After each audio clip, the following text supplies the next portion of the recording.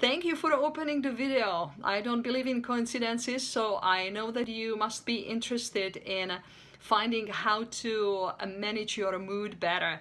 I have a special invitation for you. I am going to start doing once a month tune-up sessions to manage mood while using special yoga tools.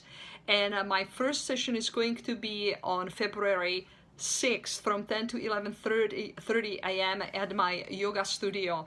We will be exploring things from a yoga perspective that can truly enhance your healing pathway that you might be on if you suffer with anxiety, depression, or just simply mood swings that are connected maybe to a season that we are in, winter. And so, for instance, we'll be working on a special breathing technique to extend naturally your exhalation, that we will inhale through the nose and exhale through the mouth, but in a special way.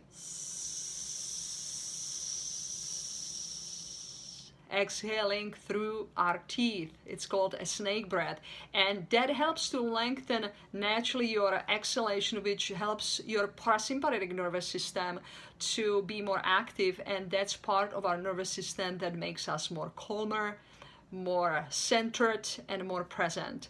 So for more information, if you are interested to register, I'm running an early bird special.